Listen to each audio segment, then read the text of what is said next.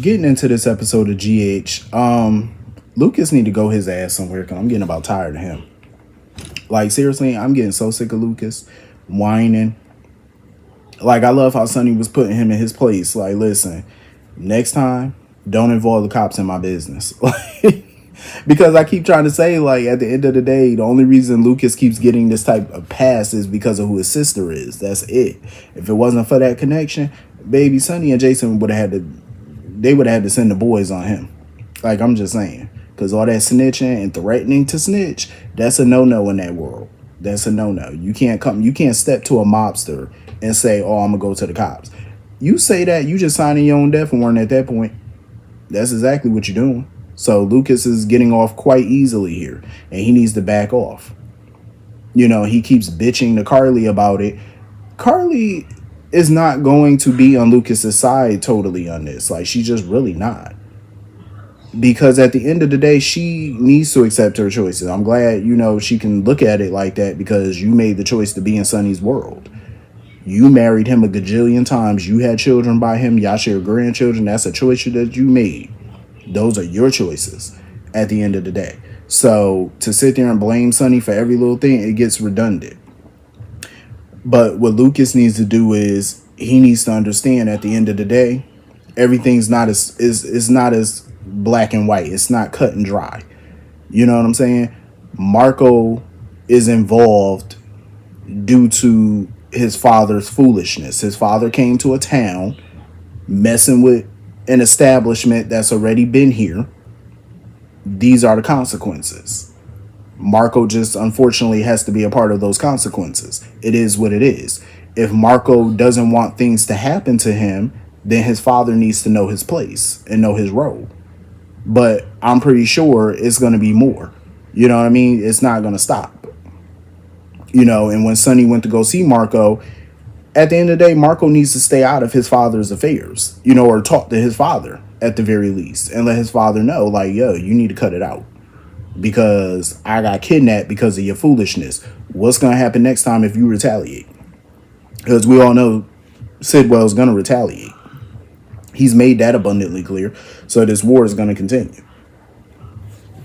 And Marco needs to stay out of the way, you know. Like Sonny keeps trying to tell Lucas, stay out of the way because it's going to get ugly, you know. And I know Carly wants to know if the danger is over, but Carly know deep down the danger is far from over. It ain't over by a long shot. It's not. As you know, and Sonny can't realistically say, oh, it's over, because that's why he said, oh, everything's settled for now. Yeah, key thing, for now. Key word, for now. Because he knows it's going to happen again. He knows Sidwell going to make a move because it doesn't take a genius to figure that out. Michael, honestly, I just wish he would just find a way to X Willow out of them kids' life permanently. No visitation, no nothing. Because that is a straight wackadoo. Like, even when he told Wiley about Drew and Willow getting married, Wiley was not thrilled. That little boy was not amused. Ain't no way in the world he want that to happen. You know, that kid was not happy. And I don't blame him. I do not blame him on that. This whole wedding business is foolish. Speaking of foolish, Kai gonna sit here because Kai done bumped into Trina at the coffee house. And, you know, he's sitting here talking about some, oh, you know, I'm going to Willow and Drew's wedding. And I love how Trina checked him. She was like, yep, and that's why there's no going back for me and you. I loved it. I loved every second of it. I said, that's what I'm talking about, Trina. Stand on big business. Any hope of reconciliation between them, X that out. It ain't gonna happen. Ain't gonna happen, Captain. Nope, thank God. See, his little devotion to Drew is what's driving them apart, because a part of me gets certain things, like, you know, people like to observe folks for their own instead of, you know, just taking other people's word. But when you got so many people saying the same thing about one person, shouldn't that tell you something? Shouldn't that tell you something? Like, I'm just saying. Like, if I got a bunch of people telling me that this person that I just met is cool, da da da da da da, we've been hanging out, he seemed cool, whatever. They like, nah, he a piece of trash. He stabbed people in the back. He talk about people. He just, and I hear that from so many different people about one freaking person. Oh, I'm taking what they said, because how could all these people say this about you?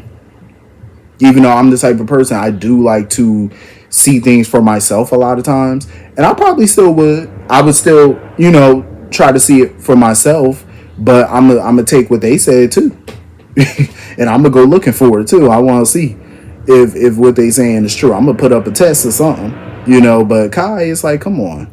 You seem like a book smart kind of kid, but you need some street smarts. Like, you should know how to read people. Like, Drew is not trustworthy. If his own friend, who used to be his best friend, is saying he stabbed him in the back, why would you not take that? Why would you not take that word? That's the person that was his friend. Like, come on now. But I'm just glad Trina walking away from it. Thank God. Walk away. I hope she don't never look back. Because he want to sit there and talk, oh, I still care about you, I still like you, I still did. Well, so what? You sitting here going to this little tomfoolery of a wedding. And Drew could care less, because even when Kai and Drew was talking, and he was talking about how him and Trina are not together, they broke up because she feel betrayed by him. You think Drew care? Drew could care less. That man don't care nothing about that. He just happy that he got a loyal follower. That's all he care about. He got a loyal subject. That's all that man care about. He got somebody in his camp that he could brainwash as much as he did that ditzy bride of his. And it didn't take much brainwashing for that fool. She was born brainwashed. That's how she got so wrapped up in Dawn a Day so fast. It didn't take much for Willow to get wrapped up into a cult, because now she about to marry the next cult leader.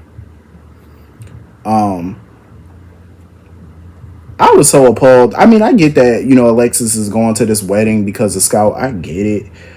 But I need Alexis to stand on big business. Like, baby, you got grandparents' rights. And you know the foolery that Drew has been doing. You need to go to court. Like, I understand that she don't want to drag Scout through no messy court, custody battle, because God knows I don't need to see another one of those. But baby, you've been in the legal system for how many years, for how many decades? You got to know some type of legal maneuver to gain some type of custody without having to take this into a courtroom, for weeks of battling. Like, come on now, Alexis, do something. Because even she got to know that this is foolishness, this whole wedding.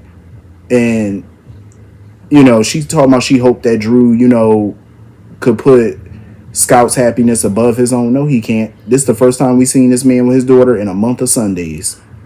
He doesn't even talk about Scout. All he talks about is Wiley and Amelia, two kids that are not his. That's all he's been fighting for the last couple months. Kids that are not his, but yet he spent no time with his own child who lost her mother. Like, how pathetic can one be?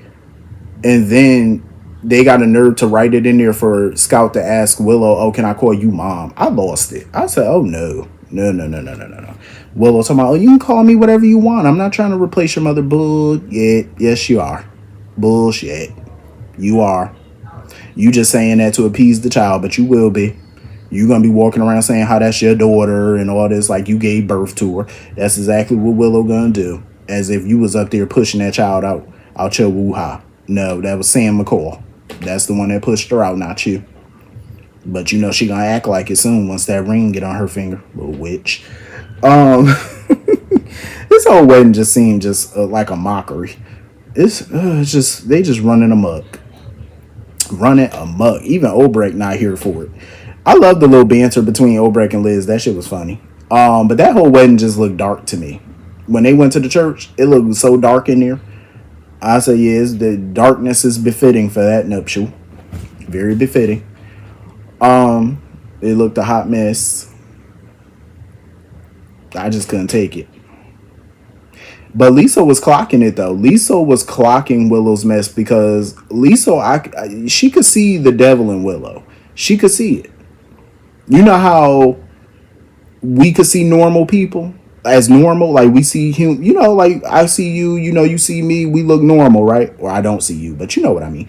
But you see me, I look normal, right?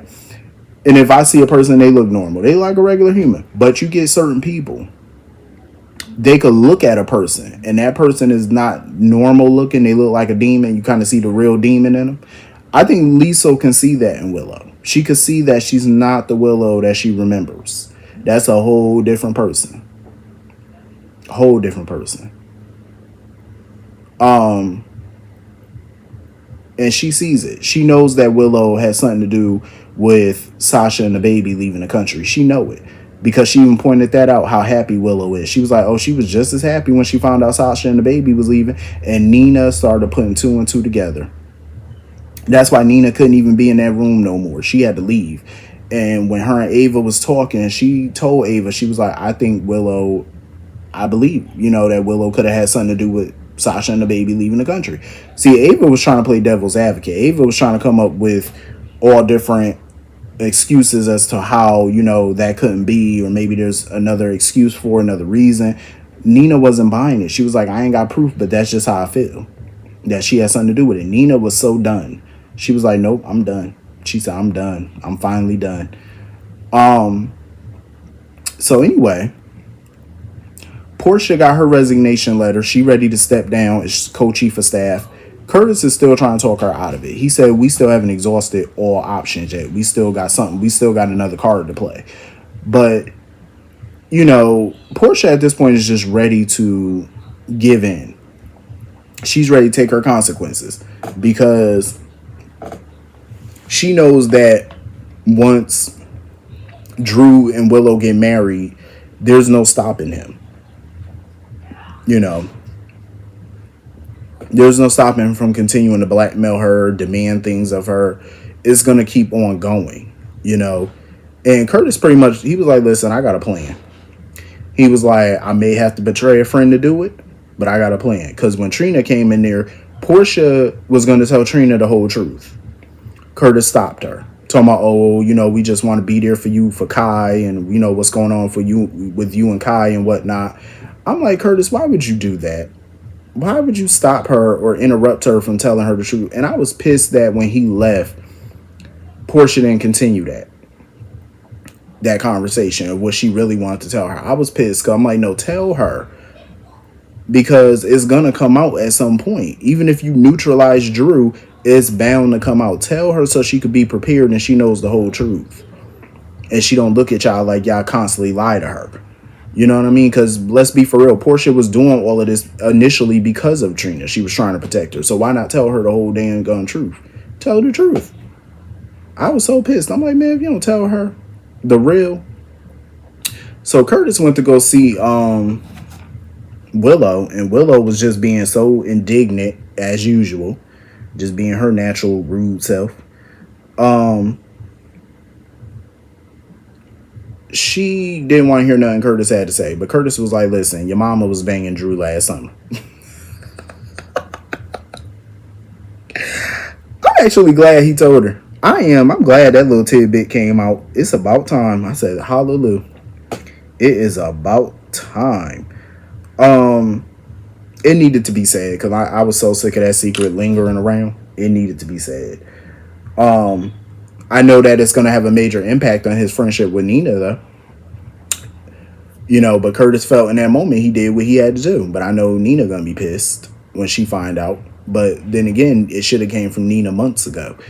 So it is what it is at this point. I'm not mad at him for telling it. It wasn't his business to tell, but I ain't mad at it. It needed to come out. Somebody needed to tell it. This whole wedding is just a total shit show, and I just hope it doesn't happen. Oh, no.